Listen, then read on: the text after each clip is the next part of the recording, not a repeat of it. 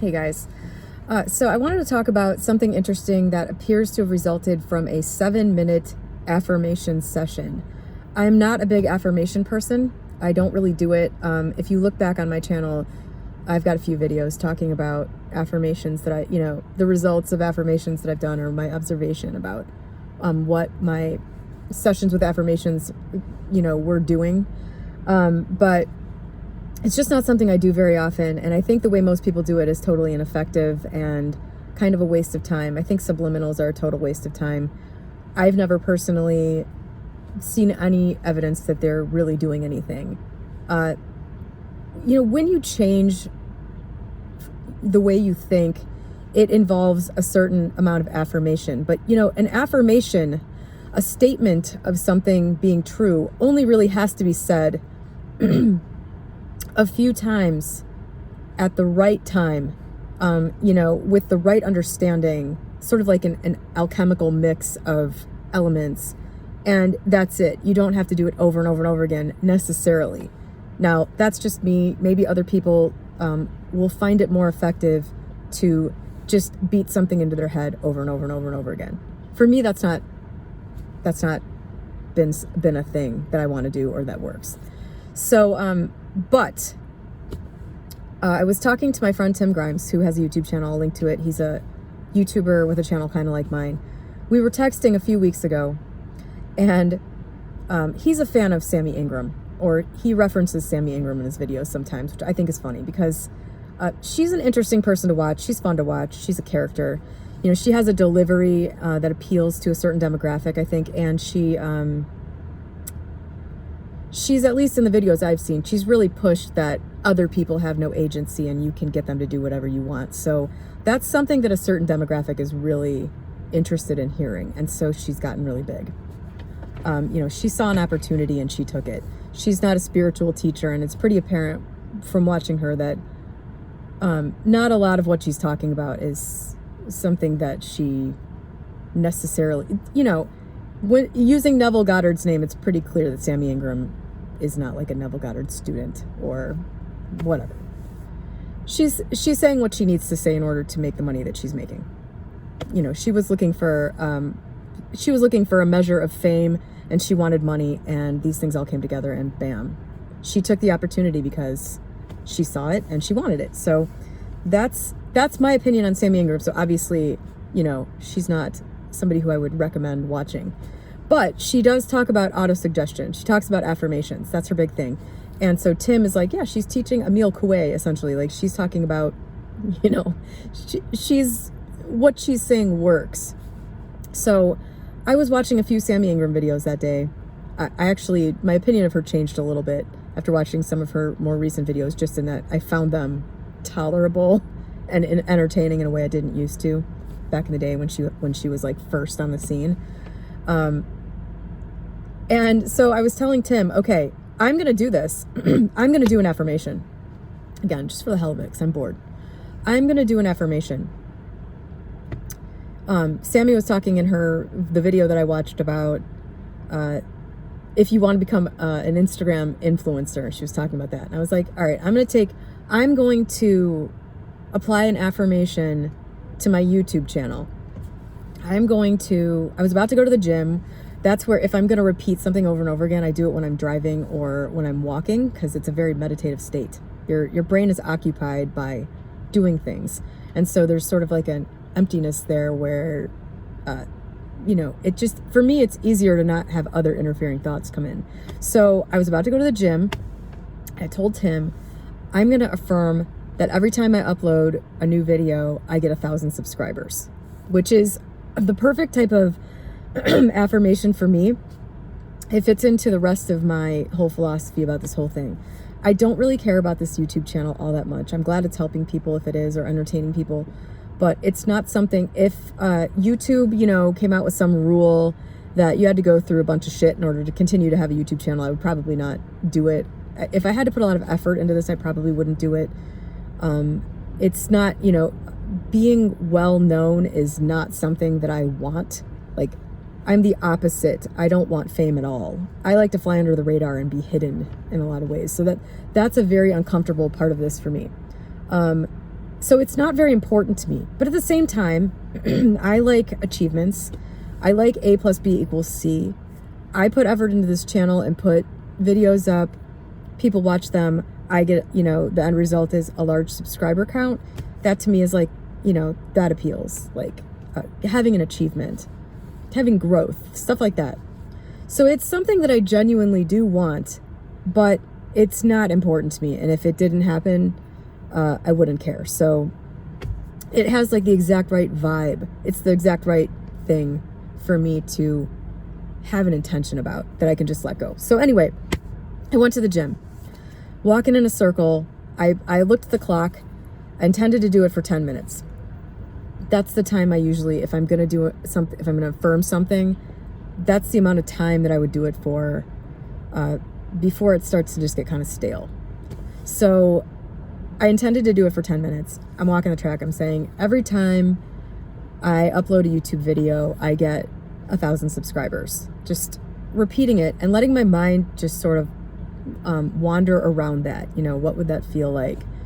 What would my overall subscriber count probably be if every video I uploaded was getting 1,000 subscribers?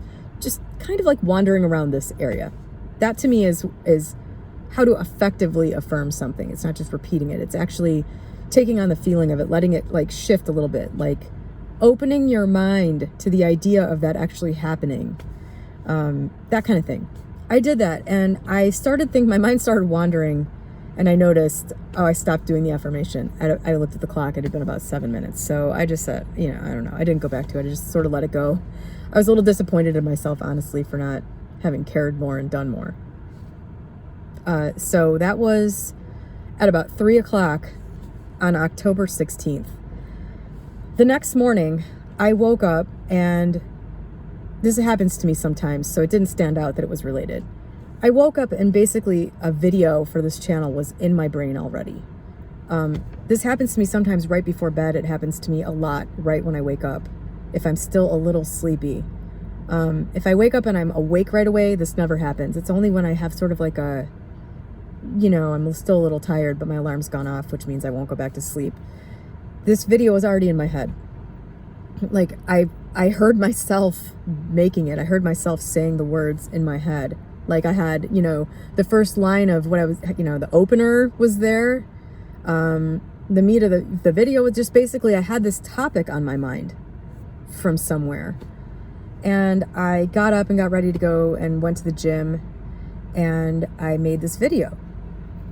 I made it on October 17th in the morning and it posted on October 18th. It was the one, many of you watching this might have been the one that they found and subscribed. It was the one about the manifestation mental hack of simply cultivating I can do it versus I'm a victim or maybe I can't, or, just in a way, it's also an affirmation. It's also an auto-suggestion. It's in situations where you would normally react as a victim, becoming aware and choosing to, strongly embrace this other thing of I can do it. And when you have the I can do it mentality, all of this manifestation stuff becomes very easy because you approach everything in life with a sense of certainty, a core foundational sense of certainty. If you're the type of person who believes that you can do it and you prove it to yourself, you take risks and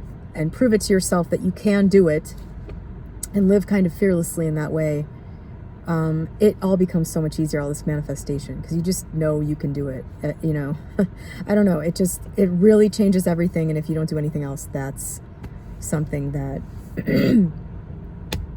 will change your whole life.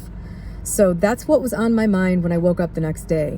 I made this video, I uploaded it October 18th, and it almost instantly took off. It had like the normal amount of views that a video of mine gets within a couple of hours. And it is now the most watched video. I don't have any like viral videos on this channel. Nothing I don't have any catchy, I don't have any videos here that I think, would spread like wildfire. So this is the most viewed video I have. It has 17,000 views. It has more views than the most popular videos of the past that continue to get views these days. So right out the gate, this video basically shoots to 17,000 views. And I just checked right before this because I was wondering how many subscribers did I actually get through that video. And so far it's gotten 463 subscribers just through that one video. So not 1,000, not yet. But immediately the next day, I made a video that outperformed every other video on the entire channel and got half of the amount of subscribers that was in my affirmation. And that affirmation is kind of out there. I mean, to get 1,000 subscribers from every video that you've uploaded, that's obviously, in my mind, that's obviously a goal. You know, I don't know how to put it exactly, how to explain it exactly. This is generally how I set goals. I set lofty goals and I don't expect to meet them all the way. You know, if you set a lofty goal and you're okay with not meeting goals fully, you'll get further, I think, than if you set what you consider to be an attainable goal. Set a lofty goal and then, you know, you fall short from it. You're still further ahead of where you would have been if you met your not lofty goal. That's my approach to things. So, you know, if every video I put up got 400 subscribers, that would be insane. And so, you know, here, right out the gate, there it is. A huge performance on the very next thing that I did. And so I have a theory on why this is. And it's not very exciting. I mean, it is exciting because you can get whatever you want. But it's not exciting from a magic, tantalizing perspective where you're going to be excited and, you know, ooh, what's happening here? We live in a supernatural fantasy land. I was just reading last week about I think it's called the reticular activating system, which is just a part of your brain that is responsible for various aspects of consciousness.